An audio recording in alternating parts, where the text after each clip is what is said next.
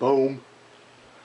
That was just me showing off my new Zelda hat and welcoming you to Battle for Universe Part 3 against MBZ, the tiebreaker, and it's going to be awesome. It's pretty much just an excuse for us to make our battles seem special, which they are, honestly. I mean, let's face it, it's freaking MBZ. He's like 1 part goat, 2/3 quid, and 150% Scottish for all you math geniuses out there.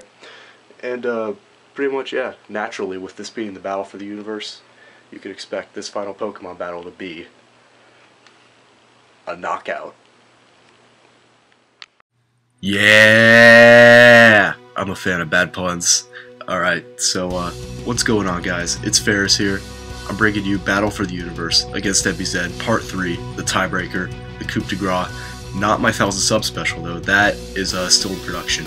It's coming later, but I promise you it is definitely still gonna be here. Anyway, let's get right into it because this was an amazing battle. I don't even think you guys can understand.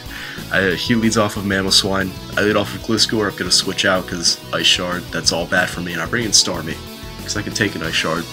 And here I should have, I knew he would Endeavor me, so I should have Ice Beamed, and then that's what I was thinking to do. And then I would only be Endeavor down to about half health, and then I Ice Beam him again for Hydro Pump to kill.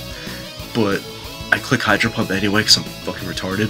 And yes, it does bring him down to his Sash, but he is going to he's going to wreck me with Endeavor, and I'm in a lose-lose situation here because if I switch out, I'll die to Stealth Rock, and I don't have Rapid Spin, and if I stay in, I'll get Ice Sharded.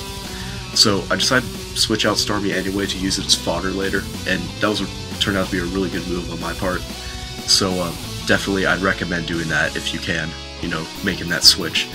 I bring in Peabody because he can just take Ice Shards all day, like it's his job, and kill Mamoswine like it's his job, because of Bullet Punch.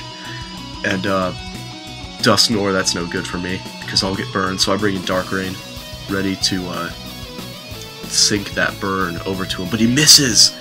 And I can honestly see that having affected the game a lot, if I was able to burn that Dusknoir. But I don't know. He brings in a Blastoise, and I mean look it, and I'm gonna hopefully yawn it and then pass out the Scizor to set up. That's pretty much the whole point of this team, honestly, but he has yawn too. I mean, what are the odds? And so we're just yawning each other. You know, I thought, yo man, I heard you like yawns, so I put a yawn in your yawn so you could yawn while you yawn. And here I was really nervous because I wasn't sure if yawn would pass in a Baton Pass, but it turns out it doesn't, because he goes to sleep and I don't. And right now he's kind of freaking out because he thinks I'm going to win, and I think I'm going to win because I'm just getting a free setup here. And I roost out the Swords Dance and hopefully sweep. But then he wakes up second turn. I call shenanigans.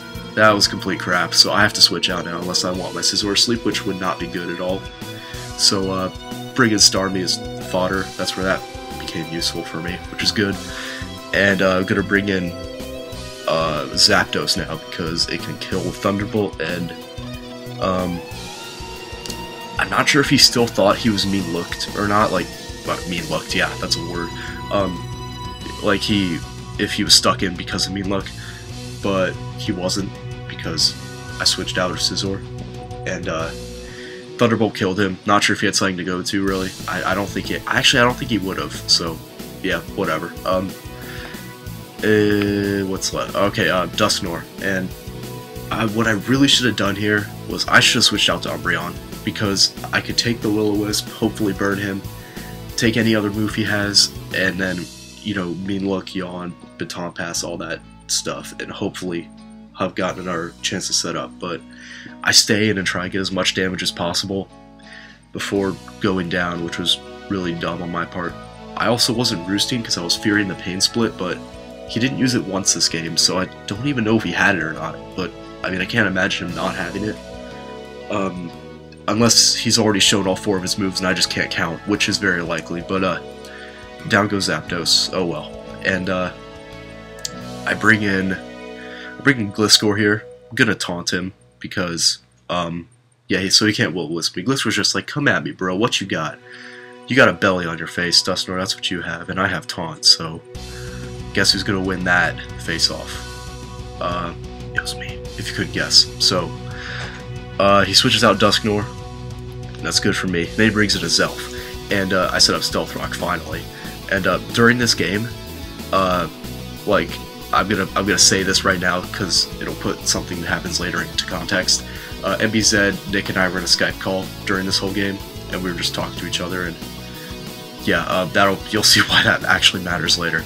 But he nasty plots with Zelf, and I'm like, bitch, this Umbreon. This Umbreon can just take that all day. Like, I mean, I'm remembering back to early Diamond and Pearl, this Umbreon spread, it could just wall, nasty plot, expert belt, hidden power fighting as else like it was its job. Because it was. So how do you think it's going to take a flamethrower? Even better. And that's good because, yeah, Umbreon is going to be able to do things, but I don't know what I just did there because I wasn't paying attention. Hopefully I did something useful though. I live on 4 though because, let's be honest man, Umbreon is just too good. It's too good for this game. It shouldn't be allowed at all. And I mean luck him thinking that would actually help, but it doesn't because I'm gonna die. So yeah, I should have wished at least so I could pass a wish off to something else that comes in. But I bring in Scizor and I'm gonna get the revenge kill with Bullet Punch. Yeah, I don't think he had anything to go to really, so that was why he did that. And actually no, he brings in Dusknor now. Okay, this is where so Nick, MBZ, and I are in the call, and Nick tells me, Bullet Punch will kill, I calced it. And I'm like, okay Nick, I trust you. And I get a crit. And then I was like, you didn't calc this, did you Nick? He was like, no, I didn't. And I was like, well, thank goodness for the crit then, because that just saved me. So, I bring in a Gliscor now, because he brings in the Lucario. And I was like, oh, nice to meet you, Lucario. Please meet my friend, Direct Counter. Unless he has Ice Punch, though, but I've almost never seen any Lucario with Ice Punch, so I guess that's why I just brought him in. Close combat, not going to do anything to me. And he brings in Swellow now, obviously predicting the Earthquake. And I'm kind of screwed, because Earthquake is my only attacking move on this Gliscor, so definitely not good for me. I have to switch out of here. And friggin' Dunsparce, about to do work. I know I sent you as death fodder, but still, come on. You could pull through, you could live this facade and do something even though you're slower. Ah, deja vu, right? This already happened before. Except he doesn't live the facade this time. I don't know, maybe, but I sent you as death fodder and you did exactly that, so either way, you're a winner in my eyes, Dunsparce. I bring in Scizor to force him out, and Lucario is just gonna take that Bullet Punch, and Bullet Punch actually does quite a bit to him, but here I predicted him to extreme speed, predicting me to Bullet Punch and have it possibly kill him, so I went for a Roost, but he predicted that and went for a close combat, so we're just predicting while we're predicting, and then I die.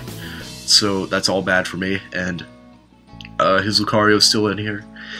I'm pretty low health, but I bring in Gliscor, and Earthquake him because this Gliscor is built to outspeed Lucario, and that's good for me. But now it's getting like ridiculously close down to the wire because I just have Gliscor left. He just has Swellow left.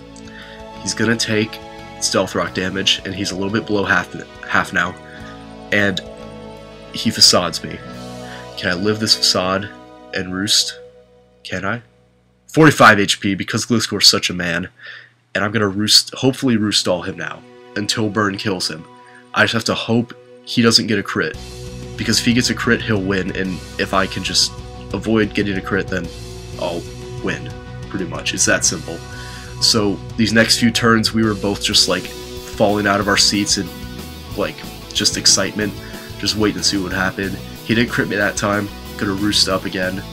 Gliscor's just over here, like, we live in, no problem, easy. So, I just like, yeah, it's pretty much just us waiting to see what happens. Facade, you know the drill. It's gonna bring me down low. Doesn't get a crit though, so that's good. And roosting it up again.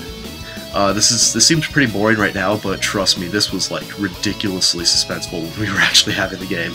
And this is his last turn. At this point, he'll die to Burn anyway, or Life Orb or something, or not life. Why did I say life? God, he has a flame orb. Oh, you're so stupid, Ferris. But I live the facade. I roosted up. He's gonna die to burn, and I win 1-0. So that was ridiculously awesome game at MBZ. That was so close, and it was a lot of fun. So Gliscor, definitely MVP there.